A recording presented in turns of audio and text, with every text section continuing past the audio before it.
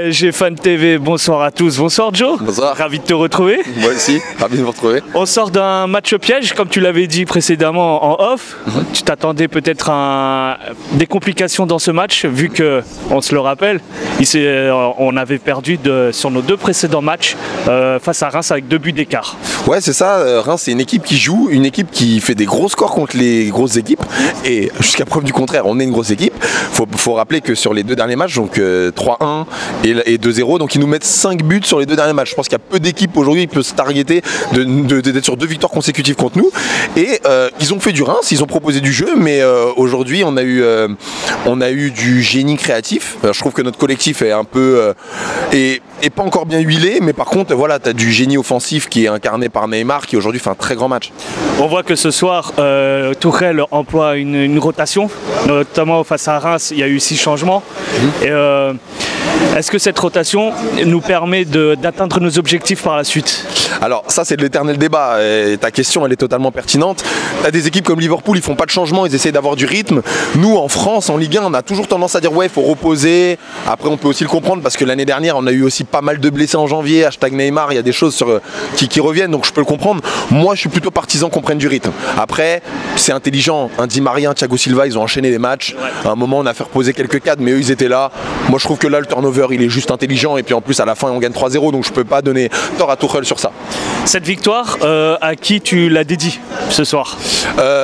Alors clairement pour moi le détonateur, on va dire que je reviens souvent dessus, mais c'est Neymar. Neymar il est revenu en défense, Neymar il a été créatif devant, Neymar il a fait des passes qui étaient très bonnes mais qui pour personne, c'est Neymar à la plage, c'est tout, c'est Neymar à la montagne, tout ce que tu veux. Ce soir il a été pour moi énorme, et d'ailleurs quand il a perdu un petit peu de rythme, c'est là où on a été un peu moins bon offensivement.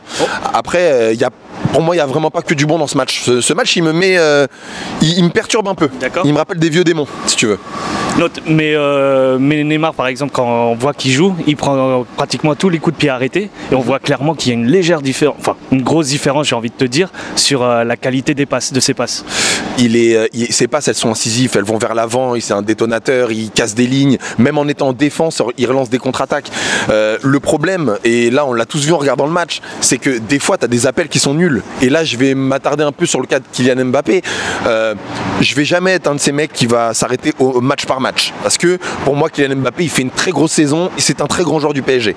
Maintenant je me souviens juste d'une chose, c'est que l'année dernière il y a eu un match Saint-Etienne-PSG où il avait loupé énormément d'actions, et tout le monde avait encensé, avait continué à dire ouais c'est pas grave et tout, mais sauf que là tout ce qu'il a loupé, parce qu'il a joué vraiment à travers, je veux juste qu'on mette une petite alerte. Moi je serais Tuchel, je lui dirais t'es vraiment passé à côté, et oublie pas que contre Dortmund c'est pas le Real, mais t'en auras 2 ou 3. Là ce soir t'en as loupé 5-6, encore une fois, et cette expression 5-6 je l'ai déjà sortie.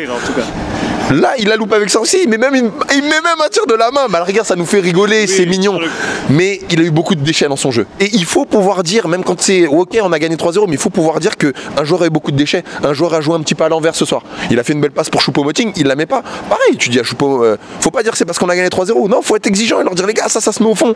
Donc je suis un peu partagé. En défense, heureusement qu'on a eu un Keller, parce qu'il y a 2-3 balles, il y a 2-3 tirs, il y a eu 2-3 largesses défensives, donc bien évidemment le PSG était supérieur et je suis ravi, mais dans ce match-là, c'est pas un 3-0 avec un clean sheet parfait. On a 60% de possession contre 40, les tirs cadrés, eux aussi en ont eu, ils se sont procurés des choses, donc voilà, c'est positif, hein, c'était notre bête noire, mais ça n'a pas été si facile que ça. On va se focaliser sur un dernier joueur, un Titi parisien, notamment Kouassi, qui en tant que renard de surface marque son premier but après une jolie reprise de Paredes. Que penses-tu de ce joueur de façon générale? De façon générale, c'est un bon Titi. Après, malheureusement, je vais avoir du mal à m'attacher à lui parce que on est une politique de club. Je le vois déjà partir à Mönchengladbach en juin ou en juillet, ça me fait mal. Mais il a un bon petit potentiel pour la rotation. Est-ce que sur quel schéma de jeu il pourra nous apporter? Est-ce que quand on aura 2 milieux relayeurs, il pourrait rentrer dans un grand match? Je ne pense pas. Est-ce qu'il peut permettre de faire souffler des cadres? Oui.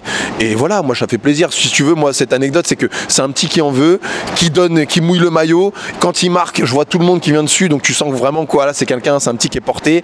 J'espère me tromper, que l'année prochaine ça devient un Titi puissant et qui rentre réellement dans la rotation. Mais malheureusement, on a une politique aujourd'hui, on a vendu tous nos jeunes et j'ai peur qu'ils soient en train de juste faire gagner de valeur et qu'ils jouera aucun match de Ligue des Champions. Ça va. Je te remercie encore. Merci.